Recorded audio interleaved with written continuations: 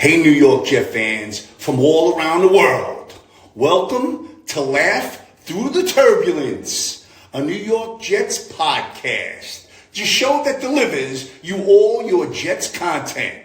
Here are your hosts, John, Adden, and Monty. All the best to the New York Jet fans. J-E-T-S, Jets, Jets, Jets, go Jets. Okay, I didn't do that transition as good as the last time, but do you want to try this again, or we're fine? No, we're good, man. Nah, you're good, bro. I will never get tired of him doing that at the end. Yeah, big shout out, Fireman Ed, man. You're the man, bro. We love you, bro. We still love you, Fireman Ed. Welcome to Laugh Through the Turbulence, a New York Jets podcast. We're your hosts, Adnan, Monty, and I'm John. Basically, today we're gonna just really kind of, since a lot of the stuff with Mecole Hardman is kind of looks like it's settled down a little bit, but we had a little thing. It was a little run there of Mecole Hardman news with the Jets, right? And I know Monty is the big one on this one. I really wanted to kind of talk about this, and like I do too, and so does Adnan, but he's really the one. So I'm just gonna put the banner up, the Laugh Through the Turbulence thing, and I'm just gonna let Monty have it. So go for it. All right, have that, Monty. All right. So first of all, I got a lot to say about this guy. All right. First of all, let's go ahead and change this banner to Mecole Softman, because that's what this dude is. Soft. Right, Mecole Softman. Yes, that is who we're talking about today. Because the fact that this guy would even fix up his face to attempt to slander and talk bad about the Jets just shows that he is clearly breathtakingly self-unaware, okay? So let's bring you back down to earth, Mecole Softman, okay? So for those who don't know, who may be living under a rock or are not Jets fans or Chiefs fans or whatever, he went on a podcast called The Pivot with, Fred Taylor, a bunch of other guys. And, he went on and was just talking absolutely crazy, and it rubbed a lot of Jets fans the wrong way, myself very much included. Okay, so first of all, he went on to say that after Aaron Rodgers went down, he checked out 4 plays into the game. You checked out? Soft. How soft does it get for you to – how soft can you be to check out 4 plays into the season? We started the season 4-3. We came up and rallied and won that game. You checked out? What? Okay. And then he went on to say that, the Jets have no standard. Well, he's used to winning. The Jets have no standard. Well, so why didn't you set the standard then, Big Shot? Mr. Big Chiefs player. Why didn't you come in and set the standard if you're so great and used to winning it? Why didn't you set the standard? Oh, I'll tell you why. Because you were too busy getting your ass beat out for your spot and your spot taken by an undrafted free agent rookie. Mr. Big Shot, no standard. Because all you are is a fast dude with frying pan hands. That is what Mecole Hardman is, okay? And I'll tell you why else. Because there's 2 types of players in this league, all right? There's players who, through their contribution and through their talent and leadership, carry their team. And then there are players who get carried by their team. I'll let you guys decide which one Mecole Softman is. He's getting carried, And you want to know how I know that? I know that because the only reason Mecole Softman could even be a Jet is because his own Chiefs didn't think highly enough of him to give him an expanded role after Tyreek left and to pay him money that, a paltry sum because he's a wide receiver 67, on a team. They didn't even want to pay him whatever little paltry sum that he could have, asked for. They knew that because they knew that his value wasn't there. They knew his contribution wasn't there. And I'll talk about that a little more in a second. And you want to know how else I know that? They aren't the only ones who saw, the lack of value in this dude. NFL.com right now, if you go look up his draft profile, they measured him out years ago. They had him rated as a 6.2, which is, according to their language, might be a starter eventually. Average starter. Might be an average starter eventually, which is the most mediocre shit ever. And he couldn't even live up to that. 5 years in the league playing on the best, most high-powered offense, 3-time Super Bowl championship team in that time frame. And he couldn't even put up more than very, very mediocre numbers. Let's talk about that for a second. NFL average, is around 600, 608, 610 yards, 3.5 scores, with a drop percentage of around 5%. Top 100 receivers, it's around 4.3%.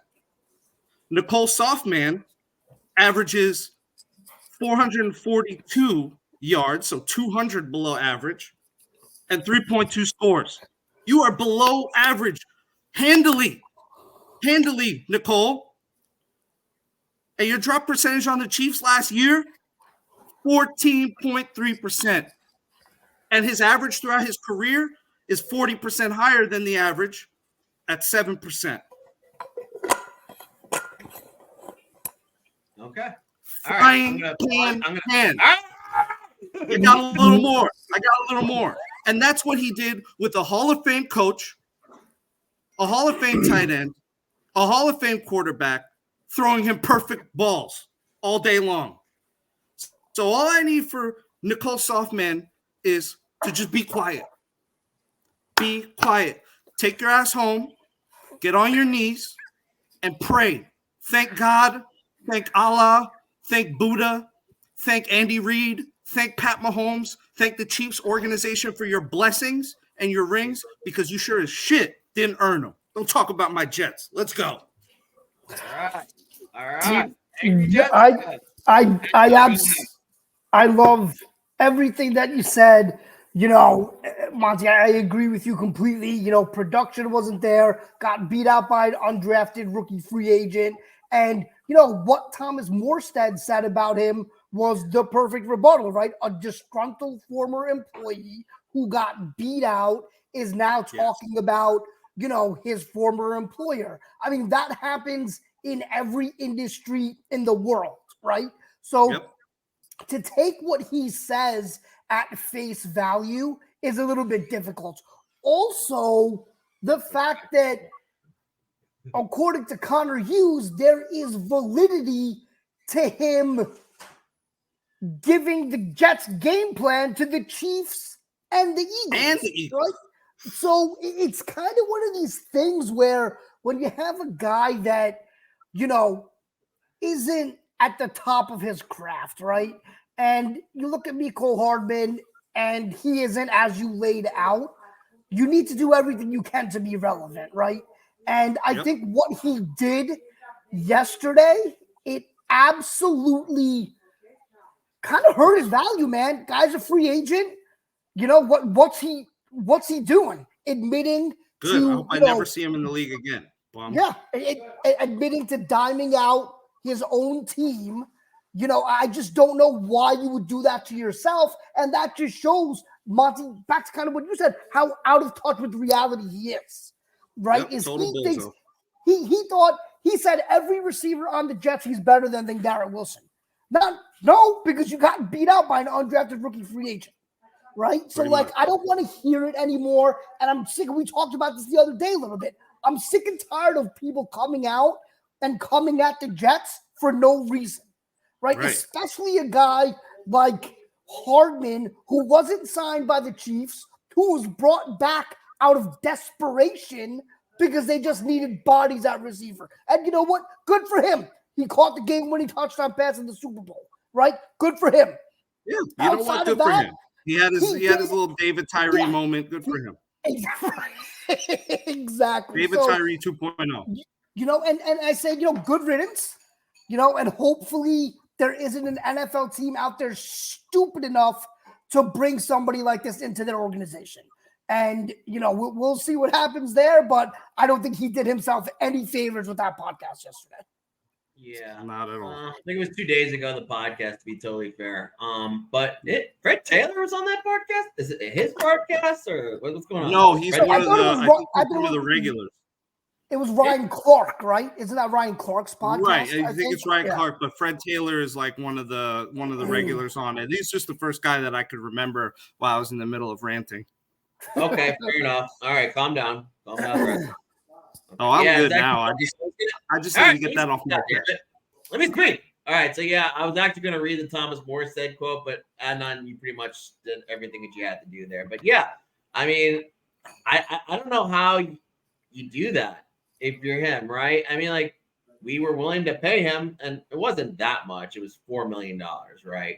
But it was $4 million, which was, I think, the total sum of everything that he got when he was a Chief, which is interesting in itself, right? And Right. they said no to that, right? So this is a team that said no. And the other thing that's crazy about all this, I mean, this guy's been in the pros 5 years now, been in 4 Super Bowls, 5 AFC Championship games, won 3. He's been catching passes before the Jets from Patrick Mahomes and only Patrick Mahomes, which, you know, is as good as it can get, right? Besides, Right. you know, occasionally maybe a guy like Aaron Rodgers at his peak or like Tom Brady or something like that. Basically, like, I mean, like, you couldn't really ask for better quarterback play outside of like maybe the early part of Brandon Cooks' career, right? Where it was like literally just all Hall of Famers. And then Jared Goff, you know, in a down year, but like they still got to the Super Bowl. I think, yeah. I mean, the other thing I thought that was interesting was Kenny Yeboah came at him, Sauce came at him. Love that. And I also just kind of love like the fact that like, yeah, maybe, and he talks about championship caliber, you know, and like knowing what it takes to win and all that, right? But part of that too is having the right culture mindset of the whole thing, right? Which is not throwing teams under the bus or anything like that you're a part of, right? It's sticking together. Like even a guy like, it's called Alan Lazard, right? Who definitely did not live up to his contract this year, right? Always kept his cool pretty much throughout the whole time, you know, despite going from Aaron Rodgers his whole career, right, in the NFL to, you know, whatever we threw out there, which was a lot of Zach.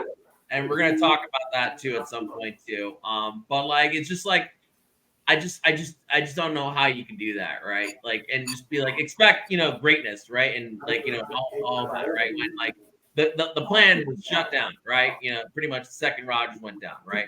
And the Chiefs, they would be a totally different team after Mahomes went down. They'd be a very flawed offense, right? Because Mahomes is special. We all know that. He covers up a lot of blemishes on that team, which includes offensive line that is underachieving, receivers that are underwhelming outside of Travis Kelce's a pass catcher, and they have Pacheco, right? But that's about it, right? So I don't know. I'll let someone else go on. I'm not as angry about it as Monty, none, to be totally fair. But I'm glad that the team that we have currently rallied and kind of did that, including Thomas Morstead, who's, I guess, technically not on the team right now, but has the greatest mustache I think it's ever walked. Yeah, and I think, you know why I'm angry, just to add to that point, is just, you know, it's just, I hate to see bozos spread untruth, and I hate to see someone who didn't earn it and didn't deserve it try to talk like they're on the level to where they can do that. You know, and it's interesting, right? This is all coming from a guy who said, John, like you said, he said in the podcast, I don't know if you guys listened to a lot of the clips. I heard a lot of the clips, and he was talking about how I came from a winning culture. I know how to do it, right? A winning culture, if you know how to do it right, you don't refuse to go in a game. You don't say, I'm not playing when you're called upon to play. If you're a team guy, if you're a winning guy, if you're a culture guy, you look at it and you say, you know what? Listen, I'm not happy with the way I'm being treated, but I have a job to do and I support my teammates. And you go out and you do it. But he did it, right? And then to go on and say the things that he said in terms of, you know, he was naming Chiefs players. He's like, you know, in Kansas City in the locker room, you had, you know, Andy Reid, you had Pat, you had Travis, you had me. And I'm like, whoa. You were not in that combo in there with Mahomes, Kelsey, and it's unbelievable to me, and I don't understand how he gets off saying what he said, but then doing what he did, right? And I think that, I'll keep saying it. He didn't do himself any favors. Everything he tried to take shots at the Jets, tried to, kick them when they're down, and he just exposed himself for the kind of person he is, right? And he'll get everything he deserves, hopefully. And dude, and exactly what you said. He didn't want to play in the game because he hurt his pinky, so he was dropping some kick returns in practice. What, bro? You are getting paid millions. You're getting paid millions, bro. Like what? Like go, you play. When the coach tells you to play, you friggin' play. You're not AJ Brown. You know what I mean? You're not these guys who like, okay, well, maybe we don't want to aggravate or whatever. You're Mecole Hardman or Nicole Softman. You were kind of a nobody that got carried by a great organization. So like if your pinky hurts, you tape that shit up and keep playing. In high school, in our homecoming game, I dislocated my thumb in the middle of the game. My coach taped my thumb to the rest of my hand. I had 4 fingers like this, and I played the rest of the game. Like you telling me a grown-ass millionaire man who is probably tougher than me when it comes to playing football at that level, you're telling me he couldn't just tough it out? Man up, bro. Yeah.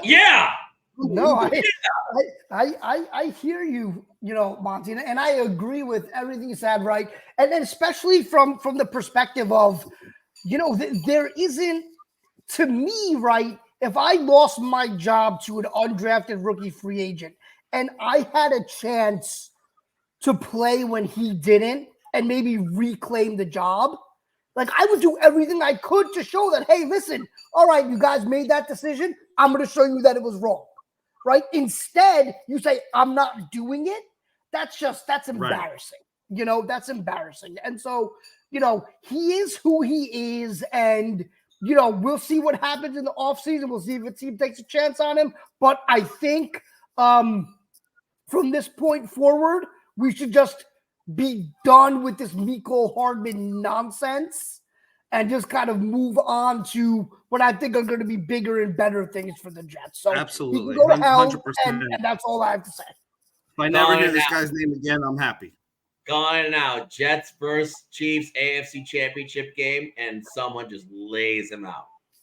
I hope so. God, listen, man, if that's, I will take that in a heartbeat. It would make my day, right? Whoever it is, doesn't matter. I would put that on loop and just post it on every social media, post it on here. Yeah. At the end of the day, we're saying this as if the Chiefs are going to re-sign him, right? Like, so. I don't know what happened to Monty's screen. Monty, you still there? Oh boy. He'll be back. He'll be back. Monty will be back. I could pause it. I figured out, by the way, Adnan, how to restart it. So just so the people don't know, I screwed up the first recording. And I just ended a link and I started again. I hope I don't do that when our new breaking news comes in. Basically, just so you know, Izzy has agreed to come on the show, and he will at a date to be determined. But I signed a contract, and that's gonna happen. So anyway, I guess we're gonna move on from Mecole Hardman, aka according to Monty, Nicole Softman. It should be soft woman, I guess, right? But whatever. Anyway, because you're doing recall. But you guys want to talk about Zach Wilson getting permission to seek a trade or the combine? I think that's the other thing we forgot to pregame. Yeah, I think let's go into Zach and then move into the combine. And as part of the combine, I do want to talk a little bit about Joe Douglas's comments because I know that there are a lot of people who weren't a fan of what he said. But one thing he did say, John, as you'd mentioned, is that they've given Zach Wilson permission to seek a trade. Yeah. And I think that, that was inevitable, right? It was going to happen. I'm curious as to who would trade for him. You hear a lot of chatter, the Rams. I just can't imagine LaFleur saying, bring this guy on. You know, No. I can't imagine that. I can't imagine Kyle Shanahan. You know, I just don't know. Maybe like where would he be a fit? Because I don't think a team can bring him in as their number 2 quarterback, right? Because you saw what happened last season. So what exactly do you do with Zach Wilson if you're a team that trades for him, right? Like, Ted, I'll throw it to you guys. Do you think you can trust him as the backup? Because I don't. Gotta go first. Yeah. So for starters, last year he ended up being the number 1 quarterback, right? Because of the whole situation, right? And the development of that whole thing basically got shut down because he didn't get to sit behind Aaron Rodgers the whole time and learn, right? Right. And then on top of that, you had your wide receiver 4 check out. You had your wide receiver 2 retire early. You had your offensive line shuffle to start the year. Then it kind of got solidified by about week 4 in the Chiefs game. And then it started to fall apart in the Denver game with ABT going down, right? So a lot. And also you didn't have your RB1 totally ready week 1 either, right? Breece Hall was not ready, even though he had that burst on those 2 really big runs that were like, the first one we thought we were going to the Super Bowl, right? But a lot did not, and also new offense and all that, which is just like nuts to begin with, right?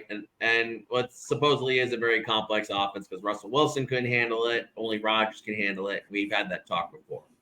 So like I think yeah, he can be a backup. It'll be interesting to see who would take that, just because that contract. I'm not quite sure how a trade on that one would work, right? Because like his cap hit, if he's a Jet, is going to be $11 million or something in that range, right? Because he was the 2nd overall pick, and that's how that deal breaks out. So I think the Jets have to eat half of that if he's traded, right? Thankfully, it's only 1 year, though. It's not like I think the Trey Lance had 2 years left. Yep. So no, Lance also has 1 more year left too. But like when he was traded to the Cowboys, 2 years left, which actually made it a little bit more favorable for the Cowboys, right? Because then you could kind of have him sit there for 2 years. No, I was looking from the other side, from the San Francisco side. Right, because then you're eating some of that contract. Yeah, fair enough. And there's no way he's getting a 5th-year option. So it could be a good test run for him. I am curious to see like how those talks kind of work out. I think the Rams makes the most sense because it's Stafford. You need an heir apparent after that ends, which who knows when that's going to happen, right? Because Stafford looks good still, right? There's the Vikings that decided to bring Cousins in. That makes sense too, right? A team that's got like an established quarterback that does absolutely long term, right? But I guess my concern, John, and Monty, I don't mean to cut you off, but I can't imagine someone with a veteran quarterback saying, I'm going to entrust my franchise to Zach Wilson if something happens to my starter, right? That's what the Jets did, and we saw how it worked out, right? And so I just find, especially like, I know the Jets will have to eat a piece of the contract and all of that, but especially kind of like at that price point, like, is he even a 3rd string quarterback, right? Because don't say that, dude. Because I thought he was. I think we saw enough positive shit out of him this year that like could kind of, especially towards the end of the year, right? The Houston, like when he came back again, right? There was the Houston game. He was lights out. There's no question. He was absolutely lights out in that game, right? We could talk. The Miami game, the offensive line was non-existent in that game. And he got knocked the hell out, right? And he tried to come back in, and it didn't. Obviously, like that guy was definitely concussed. There's no question. And John, right? you know, concussions myself, but I got a concussion with that. I love you, John. Take a bullet for anyone in your family. Monty, same with you. I'm just hearing a lot of excuses, man. I'm just hearing a lot of excuses for, this didn't work out. That didn't work out. I didn't see this. Well, this guy was out. Yeah, It's that's not good enough for the 2nd overall pick in his 3rd year in the league, right? To that point about the 2nd overall pick, that's the problem here. He was overdrafted. He should have never been, and that's what's going to create, if there's any problem, because there's no reason, because listen, the guy's he's got some wheels, he's got an arm, he's trainable, I think, with enough, because we have seen a little bit of year-over-year progression, a little, yeah. Not enough for him to carry a team, but enough to say, all right, maybe, if he sits behind a real pro, he'll actually pick something up and be better. I don't want to sit there and hammer him too hard. I've done enough of that in my fandom as a Jets fan.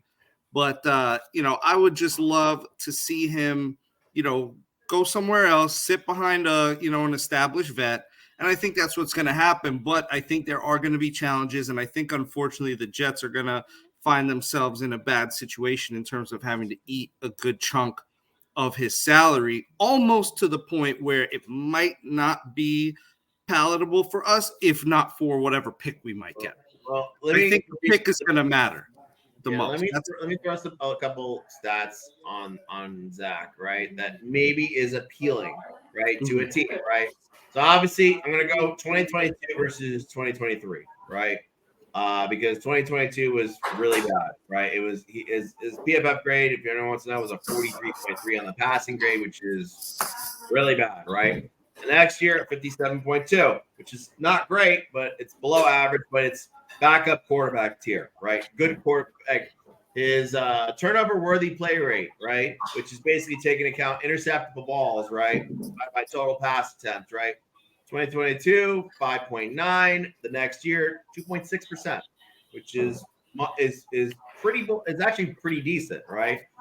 Adjusted completion percentage went from 65.9% to 72.5%. So I don't know. I think if someone was willing, the last time we had the scenario, right, where Sam Darnold was traded for a second, a fourth, and a sixth to be a starter, right? I think someone will take a chance on Zach Wilson, given everything physically is there, and there's enough positive tape and wow plays that we saw all throughout the year.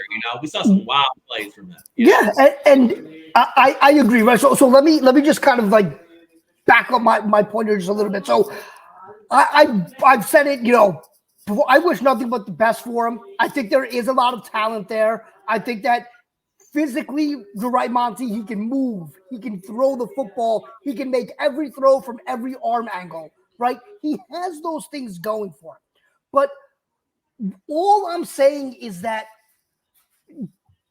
based off of last season, based on a new coaching staff that brings him in, is going to have to build him back up from the ground, right? All I'm saying is I just don't see a team that's going to say, I'm going to trade you a quality pick to make Zach the backup. That's all I'm saying. It may not be a quality pick. I don't know. Picks by nature have no quality. But forget the pick, right? Forget it.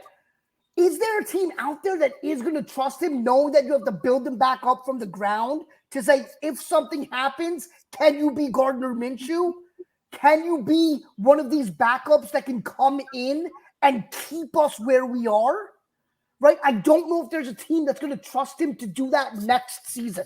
Can he grow into that? Yeah. But I just don't know next year. There's an argument for it, right? Because, if you remember when Robert Saleh, did his little research when, we had the whole Jets getting exposed athletic article that we did our podcast on.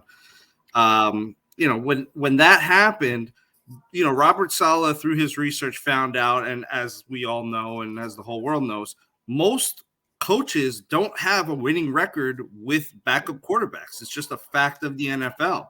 So considering that, you only need the dude to win you, a game or two. And if you lose your quarterback for season, you're probably screwed anyway. There's not, only except like the Browns, who I don't know if it's just a combo of luck, talent, good coaching. They had all the right things. But other than that, like, you don't see teams have their main quarterback go down early as hell for season, and then they make the playoffs. That doesn't happen typically. Yeah, and I think last year was an interesting case study, right? Because like you mentioned, the Browns did, the Colts came pretty damn close. But with Gardner remember, they Minshew, didn't. Offensive Right? line. What's that? The Colts have an offensive line. Browns had a pretty decent offensive line. But again, Gardner Minshew and their backups, they still produced, right? So listen, I hope it happens for him.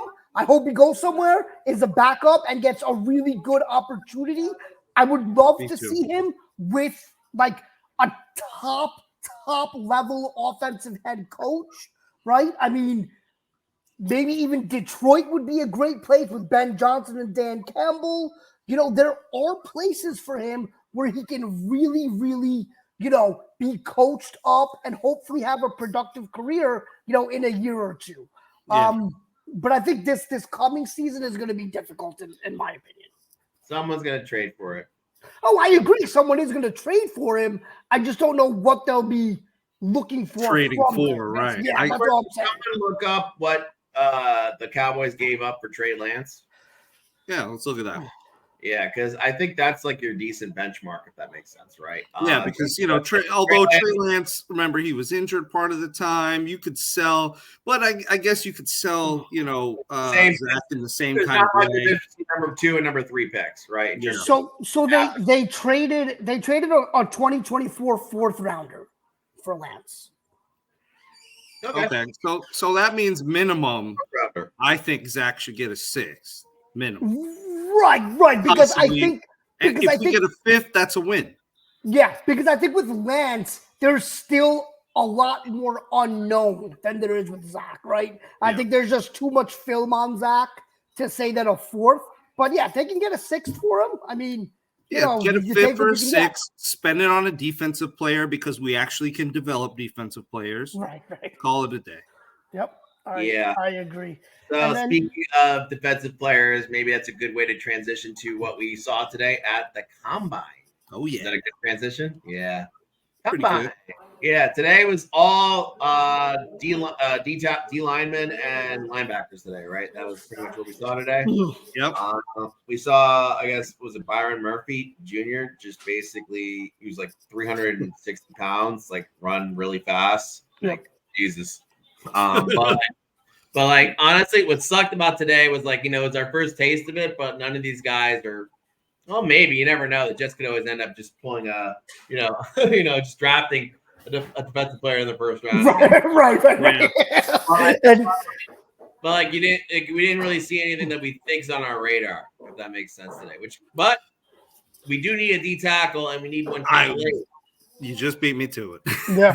It's like, maybe, and we did see some, obviously we had Ulbrich at the Senior Bowl and all that. So maybe there is something that's going to be there, because obviously the Jets have to figure out defensive tackle too next to Quinn Williams, right? Because Quentin Jefferson, tore his Achilles too, right? He tore his Achilles or ACL. Yeah, it was his Achilles, and then Al Woods is probably going to retire, right? So that was the ACL, right? Yeah. Right. So and then John Franklin Myers is a tweener, and I guess Clements is a tweener too, in that where they play both sides, right? Yeah. But predominantly are better suited at D tackle when it is in pass rushing situations versus run stopping. Right. So you gotta find someone. You gotta find a big fat dude, basically, to get next to Big right. Fat dude. Yeah, get a big fat guy in there to try and keep people off Quinn as much as you can, And I agree. Yeah, I think they need a defensive tackle for sure. Did you guys like anyone in particular there or anything like that? Or we have no comments on that because we don't do our research very well? Yeah, I mean, I think when I was looking at it today, one of the guys that did stick out was Chris Jenkins Jr., Chris Jenkins' son. And right. he plays for Michigan. He tested very well today. He's somebody. Now, the unfortunate thing with him, and this is why I feel like, John, I know you had alluded to this a little bit in our last episode about the possibility of the Jets trading down, depending on what they see in the combine. If there are some of these tackles that they feel good about at 12 or 13, perhaps they drop down, pick up a second rounder, and that would allow them to get a guy like Jenkins in the second round, because there's no way I think he's lasting to the third. So I think Jenkins is great. It was a 6.3. which basically will be a starter in 2 years, basically. Yeah, which is great for a second round pick, right? Especially someone you can have rotationally, because I'm sure they'll bring in some veteran presence there. John, do you see his RAF score anywhere? Is that what you were talking about, or was that the Yeah, that's what I pulled up. Yeah, that was the RAF score? Okay, but that's not the guy that I was looking at. The guy I was looking at Who are you before, looking at? the white kid Fisk, whatever his name is. You got to see him in the Senior Bowl, just basically ragdoll a bunch of offensive linemen on that. Who, Yeah. Brandon Fisk? Yeah, The guy from the Florida State guy, yeah. Him and Wingu, man. Yeah, he's just a notch below Jenkins in terms of the RAS score, 6.28. Who are you saying? Mekhi Wingo, for the LSU guy. Oh yeah, he's a little bit further down this list, which is interesting. That's what I'm saying. You know, that was kind of my thought process. He has the pedigree coming from LSU, playing against top talent, because that's one thing I think. And I think that's where, just to step back a second, I think it's where we went wrong with Zach Wilson. I happen to believe it. I think that, we should always, or teams should try to focus on going talent that plays at the highest echelon and plays against the top teams in college. LSU, they play, top teams. BYU Tigers kind of don't.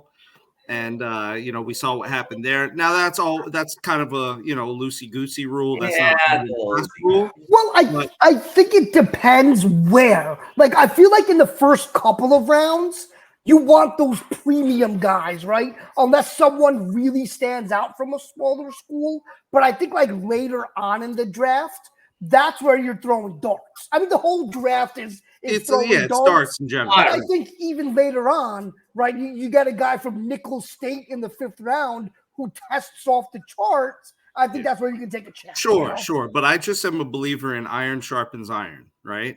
And I think when you're playing against studs and you're playing at the schools that everyone else wants to play at, and you're starting and you're playing against the top talent, so and when a guy like like Wingo, like Mekhi Wingo, although it's a little bit of a PTSD with guy named Mekhi again, but Mekhi Wingo, like that happened again. Mekhi Wingo. Yeah, Mekhi Wingo. But I'm going to counter what Monty just said as it comes, because, all right, so if the NFL draft is a lottery system of some sort, the college recruiting system is almost the same thing. So for instance, I think Jason Kelsey was a 0-star recruit or something like that, right? Yeah, I mean, so was Travis Kelsey. Josh Allen had one offer.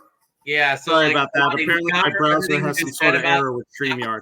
Yeah, to counter everything you said about not getting recruited to a big school, like sometimes colleges miss too, man. They miss more than pros if you really think about it.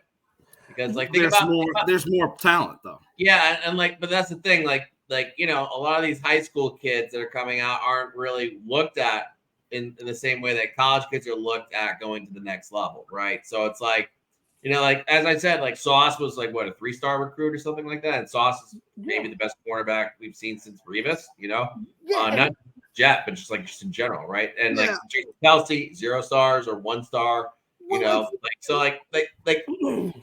I'd say there's a lot of hit or miss on that too. I'm not only going off that, right? Yeah. All right. Khalil Mack went to University of Buffalo, and Khalil Mack looked like he could eat anybody. You know what I mean? When he came out of college, yeah, but you can't look at the exceptions as the rule.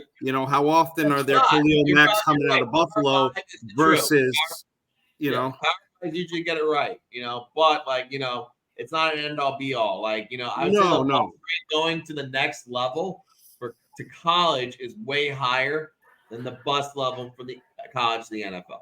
Sure. So all I'm saying is once you get to deeper, past those first top guys, one of the things I might look at is who's he playing against? Who's he putting up his stats against? You know what I mean? And I also think another thing. Wilson, or is he, grinding his stats out versus top talent? Right. And I think, Monty, to add on to that, also it's the environment, right? If every week you're playing in the SEC in front of 110,000 people, televised. All of a sudden, televised, right? Where it literally is life and death in the SEC. When you come to, not just the NFL, but a team like the Jets in a massive market, you're not going to be overwhelmed, right? So I think that plays a role in it. And you're right, though, Sauce. I mean, he's crushing everything he's doing. Came from Cincinnati, barely recruited, right? So there are exceptions, but I do tend to kind of like side with you to a point where it's like, if you're telling me in round 3 that I can pick a receiver who was productive at Michigan or a receiver that was productive at McNeese State, I'm probably going to go with the guy from Michigan. That's just me. You know what I can do with PFF because I have it. I have all the college kids too. The only thing I can't filter here is whether or not they're draft eligible. But Chris Jenkins was an 82.7 last year, which is good. Yeah.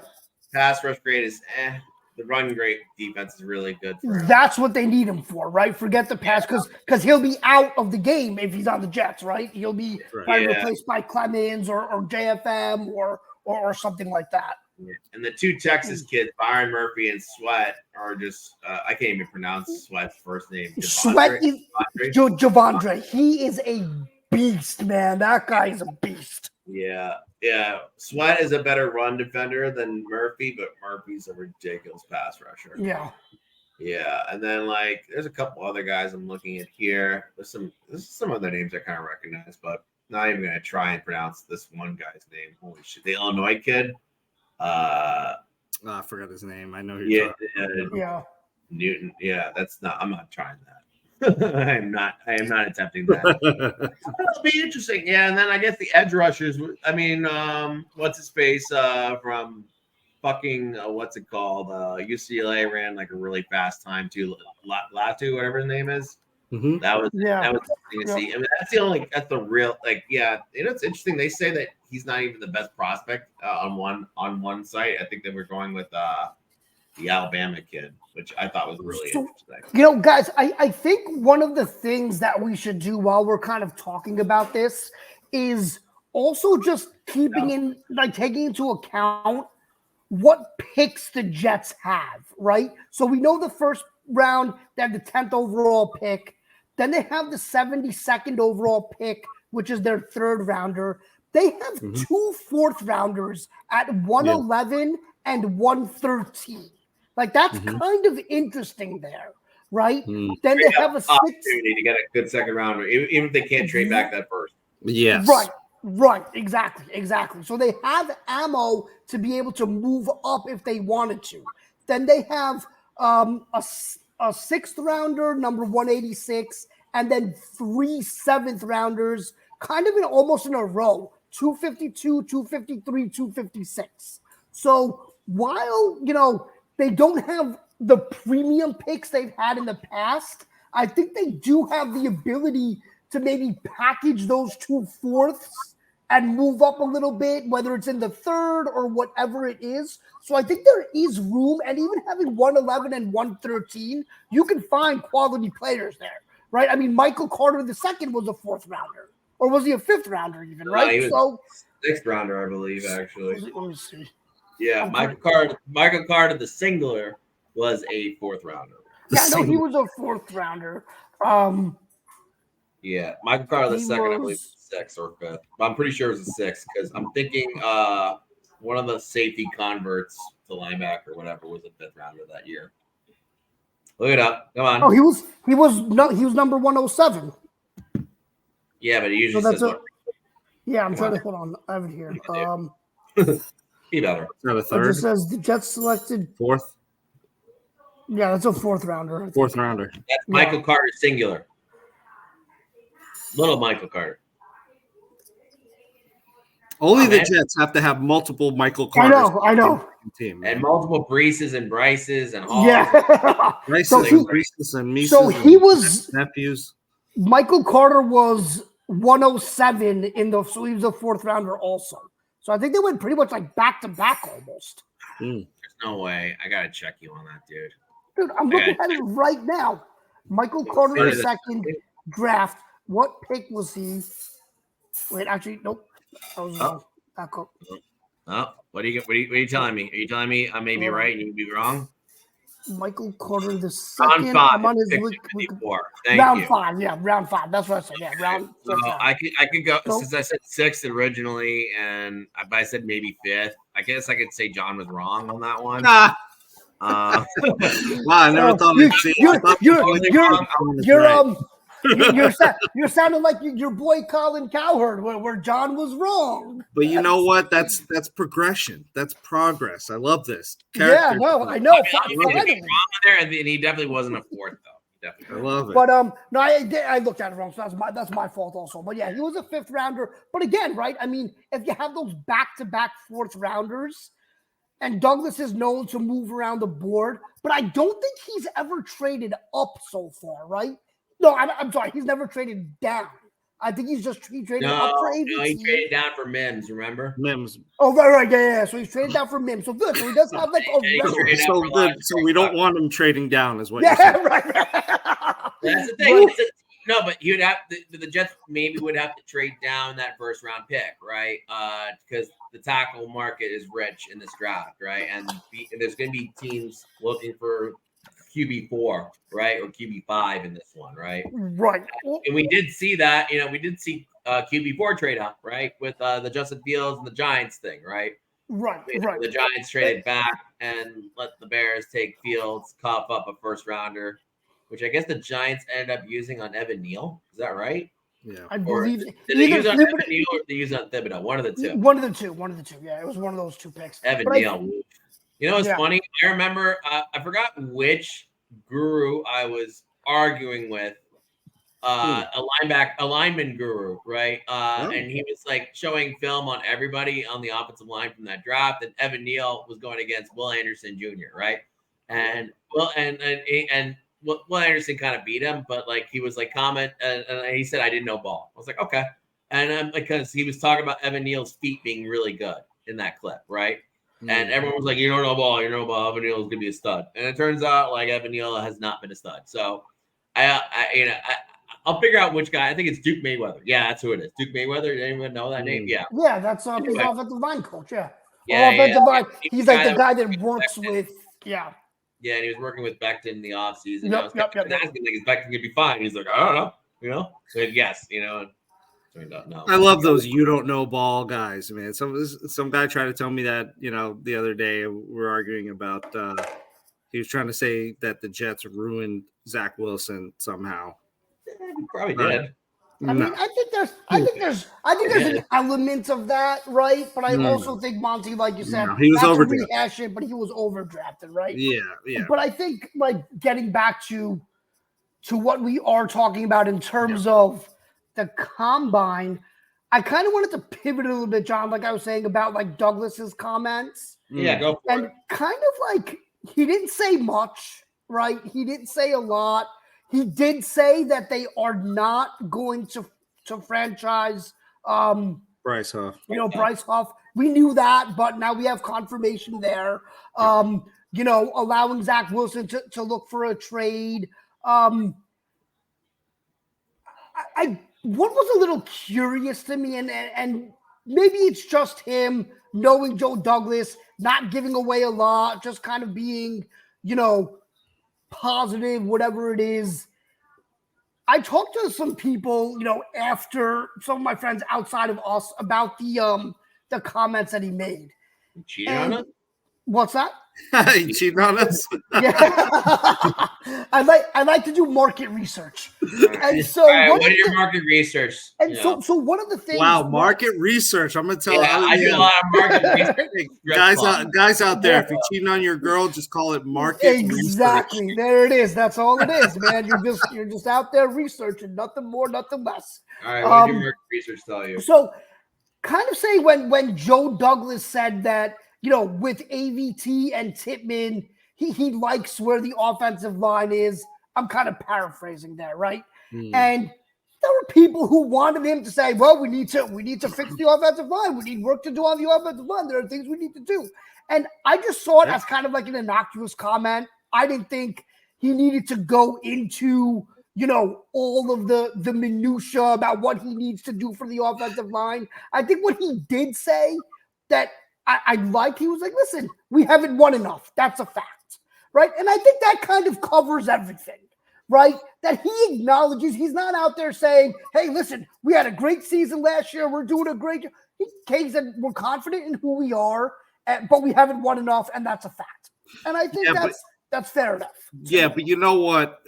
There's a lack of consistency there, right? So what was the first, if you remember Joe Douglas's like initial press conference or one of his first press conferences as a GM is one of the, I remember this, is he said that, you know, we got to win in the trenches, or we're going to win in the trenches, something regarding the trenches, regarding that he understood that both lines were exceptionally important, right? Which is the truth.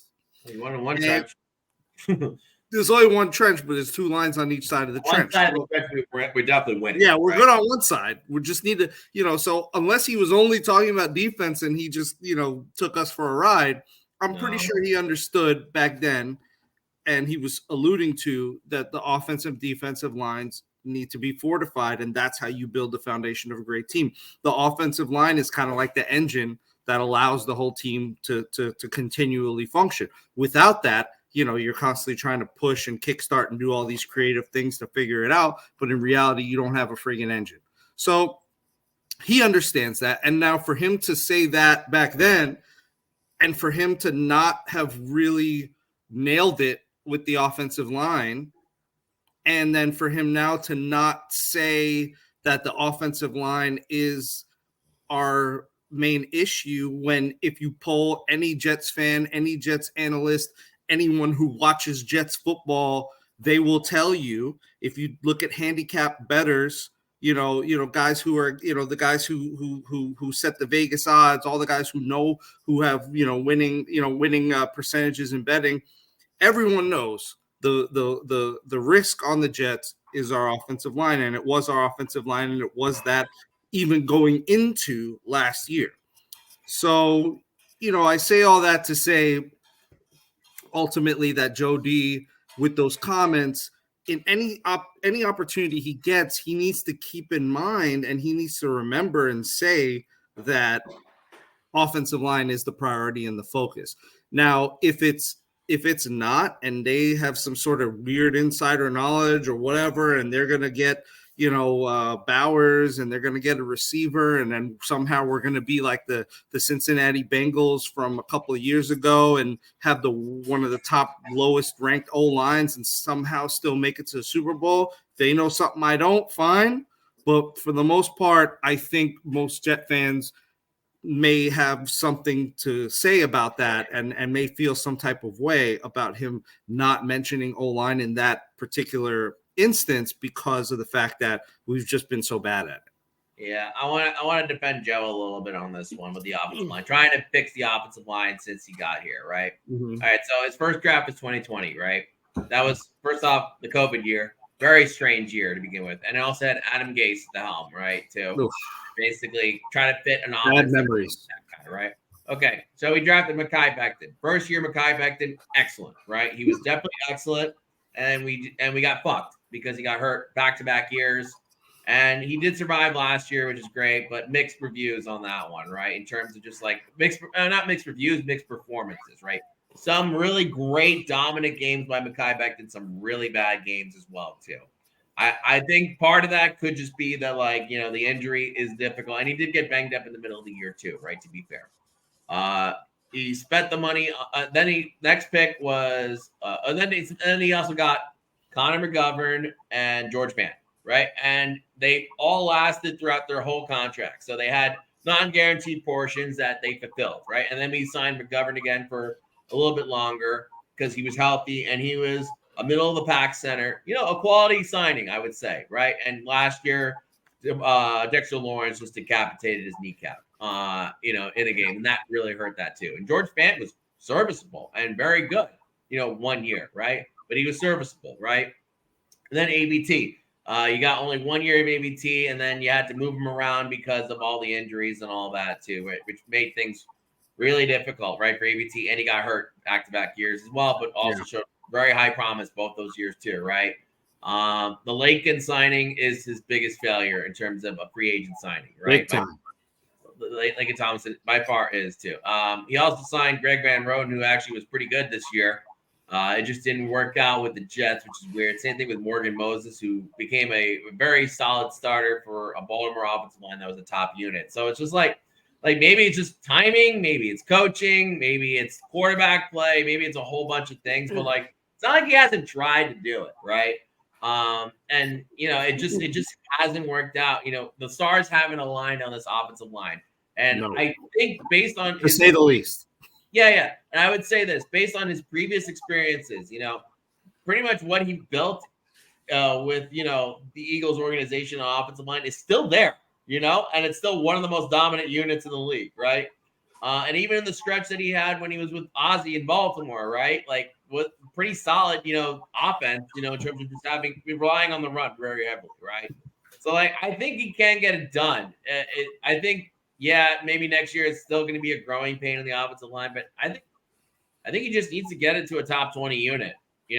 I think that's all it really needs to be. Because if you have Rodgers, if you have Garrett, Lazard's your number 3.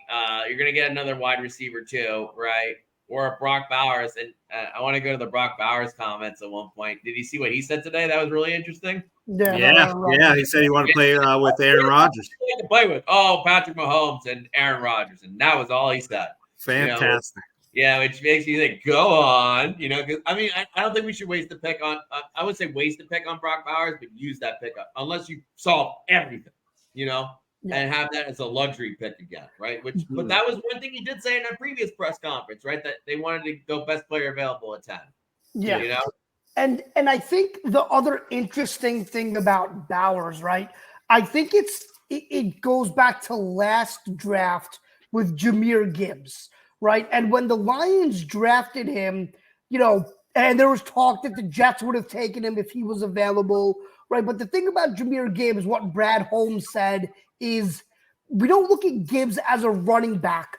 We look at him as a weapon, right? And I think the same thing can be said about Brock Bowers. He's not a tight end. He's just a weapon who can do kind of everything, right? He can block. He can run precise routes. He's tough. He has great hands, right? He can run the entire route tree. He's just an excellent player. And I think that at 10, if there isn't a receiver like that you don't like, if there isn't a tackle you don't like, and the offensive line is taken care of, then I don't see anything wrong with going with him, especially after what he said, that he would relish playing with Aaron Rodgers, right? Yeah, I think that's something to look out for, is a guy like him,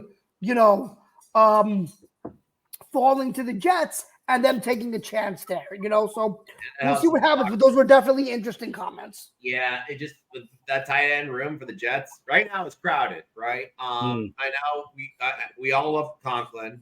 We love Rutger, and his dad actually liked one of my tweets back at him. Which was cool. And I asked him if he can come on the show because I'd love to have Daddy Rutger. Yeah, Rutger's great, man. Yeah.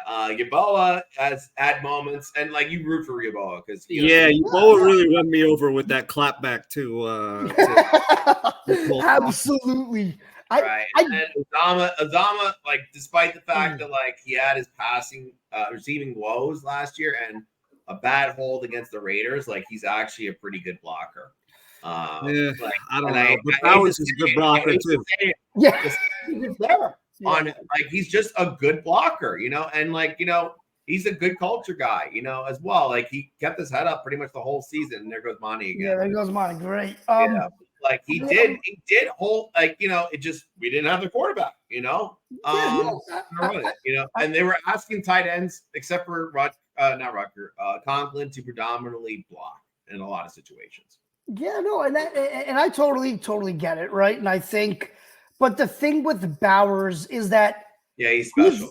He's a blue chip stud, right? And if you add that guy, imagine the 2 tight end sets, the 3 tight end sets they can run with him, Rucker. It gives them so much flexibility on offense. He can line up wide. If he's in line, you don't have to just say, Bowers is in, so they're throwing the ball, right? It gives them a lot of flexibility. It would be an interesting pick, but again, like you said, that's if the offensive line is solved, right? Yeah, and If there's a receiver tackle there, 2 is solved too. I think. Yeah, I think you need the outside that much more. yeah, I agree. But And it's like gonna I be said, and the only way to be able to draft Bowers, hypothetically speaking, right, is in the event that you've solved wide receiver and offensive line in this free agency. But in the event that that is all solved, that probably means that Bryce Huff is no longer a Jet. You know what I mean? Like that would be the only scenario where Brock Bowers would be available, Monty. If the offensive line and wide receiver 2 was solved, which means there was no way they had enough money available to help out Bryce Huff and make him a Jet for life or something like that, right? you know what? Also, just to talk about Bryce Huff for a quick second, Yeah. one of the other things that's becoming more apparent about him and kind of the things that he says and why he just may not be a great fit for the Jets is it seems like he's pretty adamant on being a 3-down guy, right? And I just don't know, John, to your point about him, if he can consistently be a 3-down guy, right? And I think he's going to demand a contract and someone's going to pay him and they're going to realize that, okay, he's a special pass rusher, but there's a ceiling to what he can do. I'm starting to come around to that. As much as I would love to keep Huff as part of a pass rushing rotation, I think he wants exponentially more than that. And I just don't think that fits into the Jets' plans. No. Yeah. I mean, to be fair, L. Ron Hubbard the other day when we read that quote definitely put it into good perspective, right? Fake L. Ron Hubbard. But actually, here's something that's very interesting about Bryce Huff. I want to read his grades comparatively from 2022 to 2023. So 2022, he took way less pass rush snaps. It was 173, right? He had a 90 defensive grade and 88 pass rush grade. And even his run defense was a 64.9. And then, but only on 16 run defensive snaps. The next year, 481 total snaps, 334 were pass rush snaps. His defensive grade went down to a 79.7. His pass rush actually diminished a little bit to an 86.8, which is interesting in itself a little bit. But like what I'm saying is that there is a little bit of a dip in efficiency there. With more volume, right? With a little more volume. Yeah. And there's a possibility that if given all of that, right, that basically 3 downs, right, that maybe he does diminish there a little bit too. I'm trying to see if I can get the pass rush grade. I think it's probably within margin of error though, that difference, right? It's hard to say based on that he's definitely going to be worse, but I happen to think that based on what we've seen, based on how he profiles, based on what he's good at, based on how he's used, based on his assignment difficulty, I think when you think of all those things, I think it looks like he's not the 3-down guy that the Jets, necessarily would need or want. He might be able to go and help some other team, but I don't think he's going to be really that unless he goes to a team that's just absolutely crushed at that position. I think he might not be what he thinks he's going to be. Well, and you said it right, Monty. Like, I hope he goes somewhere and gets the money and everything that he wants, right? He deserves it. He worked hard. He's got a great very hard to do it. Yeah. And he seems like a great guy, Absolutely. And so if he were to move on, I want him to be the most successful guy that he possibly can. I just think that, and you said it, Monty, is like in this defensive scheme, do they look at any of their defensive ends as 3-down guys, right? I just don't think the structure of this defense calls for the defensive ends to be 3-down guys, right? And realistically, the only 3-down defensive lineman they truly have is Quinnen, right? And Jermaine. And Jermaine, right? So those two, outside of that, everybody else is rotation. Myers too is a 3-down guy. Think about it. Yeah, but he moves around, right? I think the idea is he can move to the edge, run with Jermaine, which is what happened, and then on true pass sets where it's just like full out 3rd down pass situation, he'll move inside. Yeah, but that makes him a 3-down guy. Yeah, no, absolutely. So you have 3 guys that are the 3-down guys. The rest of them are rotational pieces, right? And they move in and out. We'll see how they choose to deploy Will McDonald. If it's the same thing with him, now that you have more opportunity. It's just it's interesting. I will be sad to see him goes, which it looks like it's trending that way. So we'll see what happens there. But John, to your original point, you're absolutely right. If they solve everything in free agency, then that means that Bryce Huff, wasn't brought back. Yeah. All right. So I'm going to give you Will McDonald true pass set. Actually, he won his pressure rates. Will McDonald. It's actually kind of interesting. Yeah, let's look at that. Yeah. So his regular. Yeah. Why don't I just throw him up on the screen? Yeah. Yeah. All right. Let's do that. We're going to go to the screen. I don't know. There's a copyright on PFF sharing it on the internet like this, but we'll find out when the lawsuit comes in. Okay. So I got the edge guys right now, right? And I guess I'm going to add D at interior as well, just for the hell of it, just because Quinnen's going to be really up there too. Yeah, Quinnen's up there too. But all right, so here you go. You got Will McDonald, like Quinnen Williams. God, in that position, 19.5% is insane for D tackle. Getting double team. The win rate on true passes, which is when it's just one-on-one. Quinnen, God, he doesn't even have that many snaps like that. Which basically means getting double teamed all the fucking time and just bullying both of them. Bullying both of them, yeah. But Will McDonald was 22.7 on true pass sets. Obviously, Huff was really high, 29.1% is really high. And then Quinn Jefferson actually really high too. That's interesting too. John Franklin Myers 18.7. Jermaine, God, they can just rush the pass. Or even Clemens, man, 19.2 on true pass sets. You're 7 players deep, all guys that over 15% starting pass rushers. Yeah, and I think like you'll still have 1, 2, 3, 4, 5 of them are coming back, right? Yeah.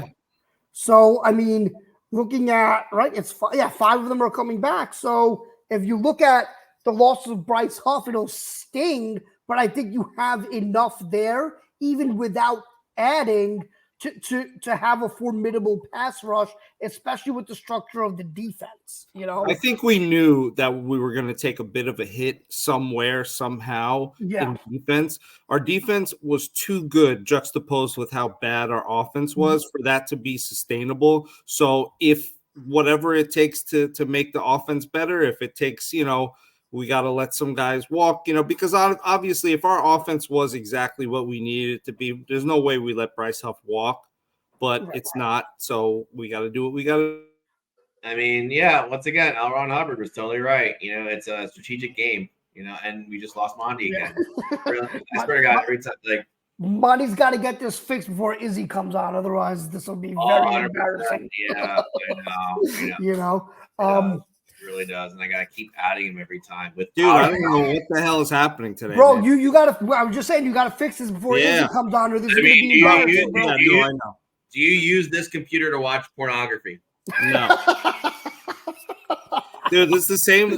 That's the crazy part. This is the same computer I always use. It's the same browser. I even switched to 2 different browsers. It was giving me some weird error saying that I'm in Chrome, but I'm not even in Chrome. Like the StreamYard was giving me an error, but I'm not even using Chrome right now. So it's weird, man. But technology. Anyway. But I think we've wrapped up Bryce Huff pretty nicely. I think we have had some good conversations. There it is. You guys I think that's the biggest breaking news. Forget about Izzy coming on. That's the biggest break. Monty does not use this computer for play. Who's on the docket for the combine tomorrow? What positions we got tomorrow? I'm not sure. Let's see. God, we came prepared today. Yeah, well, we're laughing through it, but it's the offensive line. They're going to be so spectacular. Offensive line tomorrow. Okay, perfect. Whenever they come on. Well, that's going to be interesting, man, because I want to see, how Fuaga tests. Because I was reading that his interviews, he's just knocking them out of the park. So, if he tests well, he could be a riser, which we don't want.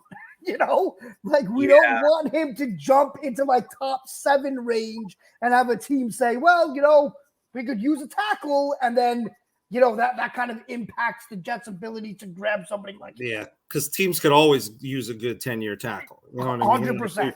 No team's going to look at that and be like, no. Yeah, right. Like if you look at a team like the Chargers, Right? I mean, that's a Jim Harbaugh thing, man. You know, if they could go alt, or if alt for some reason goes before them, you know, the Titans are weird. I know that they came out and said they're looking for home run hitters, but they could go. So it's a little nerve wracking from a Jet perspective. I think the Titans are the ones that are going to get alt. Yeah. Yeah. I think they're the ones. I mean, this is all right. So I just pulled up the blocking stuff for all the offensive linemen from college. Obviously, Alt is right there. He's just ridiculous. Swaga has really been special too in college. He didn't have a sack last year, you know, but only allowed 5 pressures, which is insane. That's insane, you know. That's like really, really good. And Notre Dame plays a crazy schedule too. To Monty's point, and this Oregon kid is also very interesting too. Powers Johnson, like he's going to be the best center in the draft by far. He's gonna be the first. Like, question for you on this: 2nd or 3rd round pick, and you see this kid Jackson Powers Johnson available. You take him, right? You have to take him. I don't know, man. I mean, with those numbers, I mean that's pretty impressive. But what's his height? What's his weight? What's his other measurables? He's legit. He's legit. He's gonna be. He's not Tyler Lindenbaum, whatever his name was. The guy that the Ravens took the other year, who's also a home run too. JC is right here too. Really good. I mean, I guess we could center it by the efficiencies, right? But I mean, there's just a lot of really good talent in this draft. I mean, this is not filtered for anyone that's available or not. But I think so, John. For the Oregon center, right? Are you suggesting draft him and move Tippmann to guard? Maybe have him duke it out. Yeah. I mean, he's going to be really good, dude. He's going to be really, really good. I mean, this kid, he's a stud, you know. He's an absolute. I mean, he's not going to be a first rounder because of the position, but maybe someone will just be like, okay, fine. Or maybe we get our tackle sorted out in free agency, move AVT. Get one also at pick 10, and then the next pick that we have is on this kid. I don't know, man. As much as the offensive line needs help, I can't see them doing back-to-back offensive line, especially with Tippmann, AVT. You know, they're gonna fill in the. I can't see them going tackle and then center when they just drafted a center. I think that 2nd rounder, if they could get into the 2nd round, it'll probably be used on maybe a receiver or a defensive tackle or something like that. That's again if they can even get there. To be fair, the Jets I've once drafted back-to-back safeties, okay, with their 1st and 2nd round. Yeah, so, and that was Mike McCagan. It's not a premium position at all, right?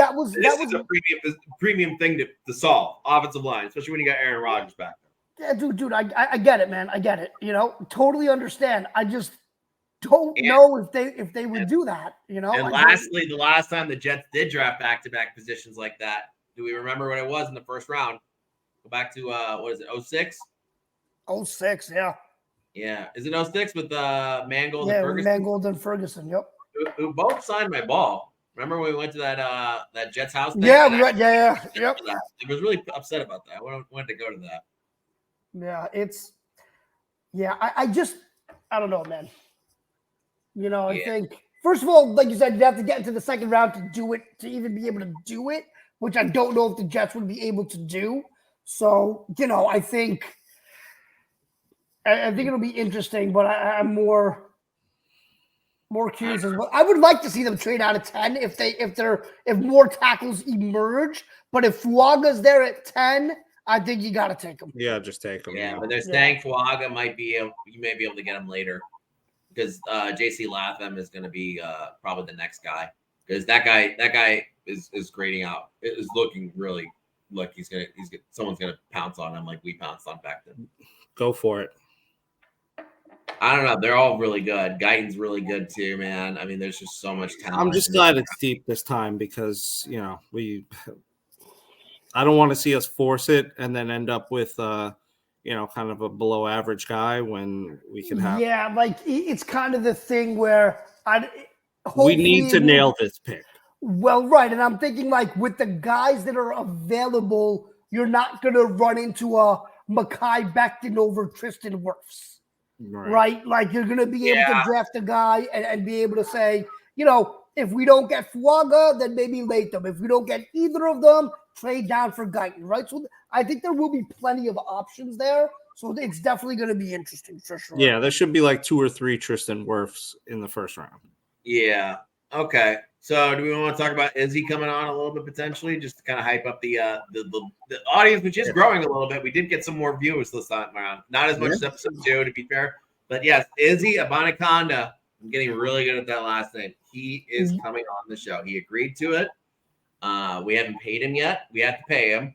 So if you guys want to somehow donate to the channel, that'd be cool. We haven't figured that out yet. You know, it's going to be a black market scheme at some point. Where we're gonna Yeah, we'll get the Patreon set up eventually. Yeah, we'll get the Patreon. Maybe a GoFundMe, you know, just like me a kid or something like that. Which would be really awful. But I don't know. This is what I think would be cool, right? Because there's a comment section in this YouTube channel, right? If you want to leave comments or email us about things that you'd want to hear Izzy say, you know, by all means, go for it. I mean, like these guys, we're all kind of different, the three of us, in terms of what we want to ask him, right? Like, I want to get silly with him a little bit. These guys, I don't know what do you guys want to even ask? I don't even know. Like, we could just talk about it. Since it's the end of the episode, and who knows who's listening this far in, right? Yeah, I think let's hash out a plan. Yeah, let's hash out a plan, and then we can give further details. But I'm really excited to have him on. I think it's really good to have a young guy coming on. You know, someone who hopefully will be in the rotation this season. You know, I think it's going to be a really interesting experience, and we'll have some fun with him. We'll get to know him a little bit, try to get to know the locker room a little bit, and then I want to see that perspective. Yeah, I want to hear that perspective. You know, young dude on the team. You know, I mean, he's very much like kind of like a family person. You know, he's a local Brooklyn kid. Like, I want to talk about all that. You know, he's your background. Like, really get to know him. Yeah. Okay. So I guess from there, since it's been over an hour, we had fun in this one. I think we can go to thoughts and all that. I feel like mine's going to go back to Mecole Hardman. So why don't you just do it, dude? Just go have it. No. You know, I said what I had to say. I got what I had to get off my chest. He's a bozo. He's a total clown and a total, softy for the comments he made. Don't ever come for the Jets. Don't come for us unless we send for you. More than anything, I'm just, excited for, Izzy coming on the show. And, that's kind of about it. All right, Adnan, go for it. Yeah, absolutely. I think, to echo what I said earlier, I don't want to talk about Mecole Hardman anymore. He's not even, in our conscience. So best of luck to him and, whatever, man. I think I'm very, again, like Bonnie said, excited for Izzy, excited for the rest of the combine. Another quick thing that Douglas said, breaking news, Robert Saleh is going to be at the combine this weekend, sitting in on some interviews. So, hopefully they'll be able to get some of these tackle prospects in there and everybody can talk to them. And then before we know it, we're going to have Izzy on. We're going to have free agency, and the offseason is on its way. So looking forward to all of that. And I think we're going to have some really good content coming up. Yeah. I mean, whether or not we have good content coming up is up for debate. But yes, I think you're right. We will, man. Be positive. I know. I like to educate on the humor. These guys are more serious about it, whatever. But all right. So, the combine, these offensive linemen, they're going to be fantastic in this draft, right? So, I think there's going to be hope for that too. But obviously, free agency really comes first before the draft, right? But combine, free agency, and all that. But I think free agency is going to go a lot differently than I think people think, right? Because historically, it seems like a lot of the gun-ho teams that are really desperate for talent will be the first ones to break the news, right, on a free agent signing, right? You always see the Carolina Panthers and things like that. They signed this guy to a massive deal, right? Or something like that. Someone that's really trying to fill a hole. I feel like part of me thinks that because the Jets are kind of I think we're a good team, right? On paper right now with some holes to fill, right? I don't think they're going to be the first team to jump in the pool and make the free agency splash, right? I don't think that this regime is going to do that. They're going to kind of see maybe a little bit more value to it when these signings occur. Because like what's going to happen is like, I mean, right now, I mean, teams are cutting players, right, to make room for this free agency splash that's happening, right? I mean, like just now before we even got on the air, Madison from the Vikings was let go, right, by the Vikings, which is interesting in itself, right? I mean, we're not going to go for Alexander Madison. He cost me a lot in my fantasy football league. But I wasn't able to trade him for Evan Ingram, which was a good move, over James Cook instead. The guy wanted James Cook or Madison. I was like, you can have Madison. And that was such a good move. My God. But like, I don't know. I think I would say this: don't freak out but by the time free agency starts that they haven't made a signing yet. I guess that's the one thing I want to say with Jets fans, because I think Joe does have a plan, right? And I just think we have to be a little bit patient on that when that time comes.